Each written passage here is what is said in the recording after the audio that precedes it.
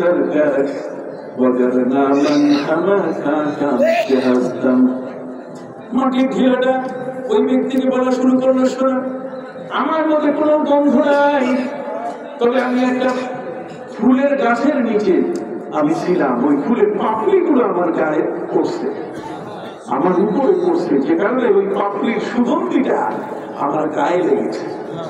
এই যে আপনারা আসছেন এখানে বিনিময় হচ্ছে কিনা কথা বলে না, এখানে দরবারের সাথে আপনার একটা বিনিময় হচ্ছে, এবং এই বিনিময়টা আধ্যাত্মিক বিনিময়।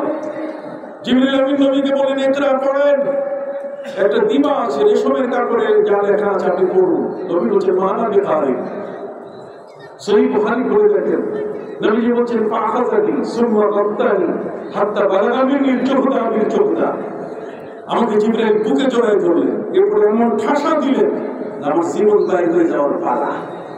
ছেড়ে দিয়ে বললেন একরা, নবীজি বললেন মানা বিকারি, আমি এটা পড়তে জানি, পড়তে পারছি না। জিবরিল আমিন তিনবার ধরার পরে যখন তিনি ছেড়ে দিয়ে বলে একরা পড়েন, তখন আমি পড়ে দিলাম ইকরা বিসমি রাব্বিকাল্লাযী খালাক, খালাকাল ইনসানা মিন আলাক, ইকরা ওয়া রাব্বুকাল আকরামুল্লাযী আল্লামা বিল কলম, আল্লামাল ইনসানা মা লাম ইয়ালাম। তবে সিনাই ঘর্ষণ যখন হয়, পাশে বসলে যখন এর একটা আর্দ্রতা আসে, নদীর পাশে বসলে যেমন নদীর পানির ঠান্ডাটা গায়ে লাগে, আর ইটের ভাটার পাশে গেলে যেমন গরমটা গায়ে লাগে, ঠিক ফুলের গাছের নিচে যদি কোনো মাটি থাকে তাহলে ওই ফুলের পাপড়িগুলো পড়লে তার মধ্যে সুগন্ধি আসে। এই জন্য আমরা আল্লাহর ওলিদের দরবারে আসি, যাতে ওই সুগন্ধিটা আমাদের গায়ে লাগে। ঠিক আছে কিনা আলোচনা? ঠিক আছে। দুইটা শব্দ বলছিলাম, একটা হচ্ছে ওলির দরবারে আসছেন কেন, আর মাজারে আসছেন কেন।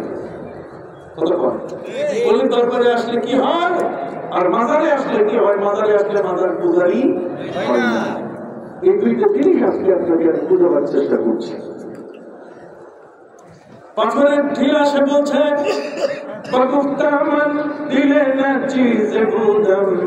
আমি একটা সাধারণ মাটির ঢিলা ছিলাম, কিন্তু আমার মধ্যে সুগন্ধি আসার কারণে তোমার কাছে আমি মূল্যবান হয়ে গেছি। এই কারণে মূল্যবান হয়ে গেছি যেহেতু ফুলের গাছের ফুলের পাপড়িগুলো আমার গায়ে পড়েছে। জামালে হাম নশীদার মান আসর কর ওয়াগরনা মারহুমা হুমা কাতর কে হাসতাম। অতএব এই সুখটা আসাটা এটা অস্বাভাবিক কিছু নয়।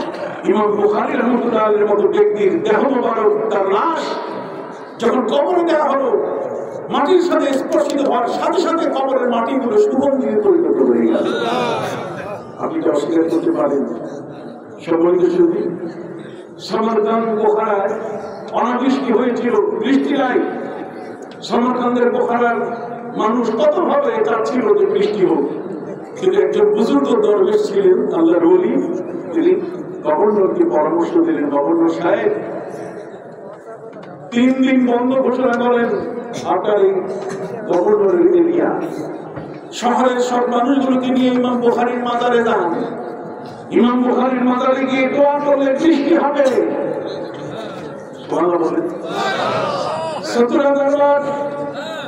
প্রফেসর আব্দুল খালেক রহমতুল্লাহ আলাইহির মতো একজন মস্ত বড় ওলি, ওই আগরতলা রাজা তাকে ডেকেছিল, হুজুর বৃষ্টি নাই, দুর্ভিক্ষ, পুকুরগুলো শুকায় গেছে, আপনি একটু দোয়া করে দেন।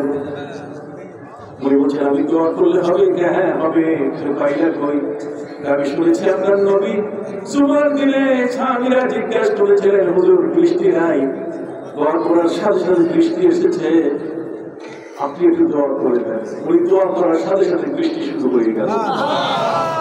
আল্লাহ নবীদের কারামত সত্য কিনা এগুলো এখন মানতে চায় না। এই আলেমদের মধ্যে কিছু অশিক্ষিত আলেম, কথা বুঝতে পারছেন, যারা এই দরবার মুখী নয়, যাদের জ্ঞানের মধ্যে কি করছে? ময়লা করছে। কি করছে? ময়লা করছে, আলকাতরা করে গেছে। এই আলকাতরা করে তারা একটা হইলে এই জিনিসটা উঠতেছে না সহজে। এটা উঠার একটা মাত্র উপায়, সেটা হল কোথায়? আল্লাহ নবীদের হাসপাতালে আসতে হবে, বসতে হবে, এটা চর্চা করতে হবে। কথা বলে গেছে, এটা অন্য কোথাও পাওয়া যাবে না। এটা আমল আখলাকের সাথে জড়িত, এটা তাকওয়া এবং আকীদার সাথে জড়িত বিষয়। আমি বুঝাতে পারছি? মাজার ইমাম শাফি রহমতুল্লাহ আলাইহি যখন তিনি আস্তে আস্তে বড় হলেন, তিনি ইমাম আবু হানিফার বিভিন্ন বরকত ফজিলত তার প্রশংসা তিনি শুনতে পেলেন। এবার তিনি সিদ্ধান্ত নিলেন যে ইমাম আবু হানিফার কবরের পাশে যাব আর সেখানে গিয়ে দোয়া করলে দেখি কি হয়। উনি বলছেন, আমি যতবার ইমাম আবু হানিফার কবরের পাশে গিয়ে দোয়া করছি আমার প্রত্যেকটা দোয়া কবুল হয়েছে। উনি বলছেন, এমনি আতাকারতাকু একাবে নওমান, ইমাম আবু হানিফার কবরের পাশে গিয়ে যে দোয়া করছি সে দোয়া আল্লাহ কবুল করেছে। অতএব সম্মানিত কবর, রওজা, নবীর রওজা, আল্লাহর ওলিদের মাজারের পাশে আসলে মাজার পূজারি হয় না, আর ওলিদের দরবারে আসলে আমরা পথ হারা হই না, বরং আমরা কি পথ পাই। আলা ইন্না আউলিয়া আল্লাহি লা খাউফুন আলাইহিম ওয়া লা হুম ইয়াহজানুন আল্লাযীনা আমানু ওয়া কানু ইয়াত্তাকুন। দুটো জিনিস আল্লাহর ওলিদের কাছে আছে, একটা হলো প্রচন্ড ঈমানের শক্তি, আরেকটা হলো তাকওয়া, পরহেজগারি, আমল। কাজে আমি আপনাদেরকে এই দাওয়াত দিয়ে, আমলের দাওয়াত দিয়ে আল্লাহর ওলিদের সাথে বন্ধুত্ব করার আহ্বান জানিয়ে ঈশ্বর কেবলা দয় দুজন ঈশ্বর তাদের কাছে দোয়া চেয়ে আজকের মধ্যে এখানে শেষ করলাম। আমার জন্য দোয়া করবেন।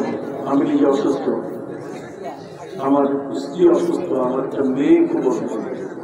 আমি ঈশ্বরের কাছে দোয়া চাই। অন্যান্য যারা আছেন আলিম ওলামা, আমাকে নিশ্চয়ই ওনারা ভালোবাসেন। আপনি যারা করছেন তারা নিশ্চয়ই ভালোবাসেন। কি বলেন?